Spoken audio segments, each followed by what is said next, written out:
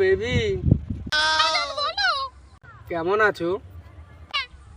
আমি ভালো আছি। বড় প্রবলেম হয়ে গেছে। কি বলে হয়েছে? আমার বাড়ি থেকে না বিয়ে ঠিক করে দিয়েছে, তুমি চলে আসো না। না, আমি এখন যেতে পারবো না, আমার অসুবিধা আছে। কি অসুবিধা আছে বলো না? শালা গাঁটটা জ্বলিয়ে মারলো তো। দাঁড়া, শালাকে মজা দেখাচ্ছি।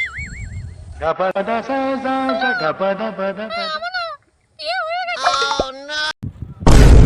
আর কোনো অসুবিধা নেই, তুমি চলে আসো। এই শালা তো কিছুতেই মানতে চাইছে না। হ্যালো, হ্যাঁ, আমার দুটো ছেলে আছে। দুটো মেয়ে আছে বেবি, তাও কোনো অসুবিধা নেই, তুমি চলে আসো শুধু আমার কাছে। আরে বোকাচোদা, আমি ছেলে। আমাকে বিয়ে করবো? তখন থেকে গাঁট জ্বলিয়ে দিল আমার।